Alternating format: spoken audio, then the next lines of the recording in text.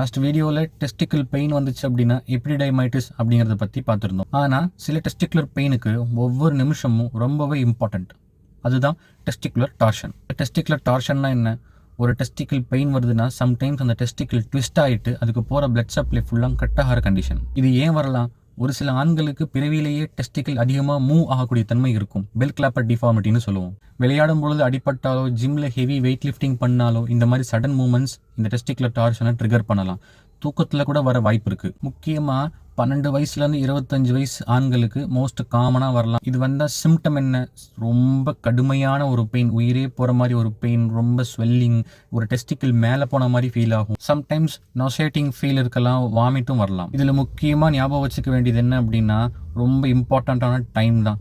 4லேருந்து 6 மணி நேரம். இந்த 4 to 6 hours golden period, அதுக்குள்ளே ட்ரீட்மெண்ட் கிடைச்சா மட்டும்தான் டெஸ்டிக்கில் சேவ் பண்ண முடியும். அந்த கோல்டன் பீரியடான 4 to 6 hours ஹாஸ்பிட்டலுக்கு போனால் ஒரு சின்ன சர்ஜரி பண்ணி டெஸ்டிக்கில் அன்ட்விஸ்ட் பண்ண முடியும். இந்த அன்ட்விஸ்ட் சர்ஜரி கூடவே நமக்கு இன்னொரு நார்மலாக இருக்க டெஸ்டிக்கலையுமே சேர்த்து ஃபிக்ஸ் பண்ணி விட்டுருவாங்க, திருப்பி டார்ஷன் வராமல் இருக்கணும் அப்படிங்கிறதுக்காக. சடன் டெஸ்டிகுலர் பெயினை இக்னோர் பண்ணாதீங்க. நாளைக்கு ரெக்ரெட் பண்ணுறதை விட இன்னைக்கு எமர்ஜென்சி கேர் எடுத்துட்டு டெஸ்டிக்கில் சேவ் பண்ணுறது ரொம்ப இம்பார்ட்டன்ட். டெஸ்டிகுலர் டார்ஷனில் time matters, so don't delay.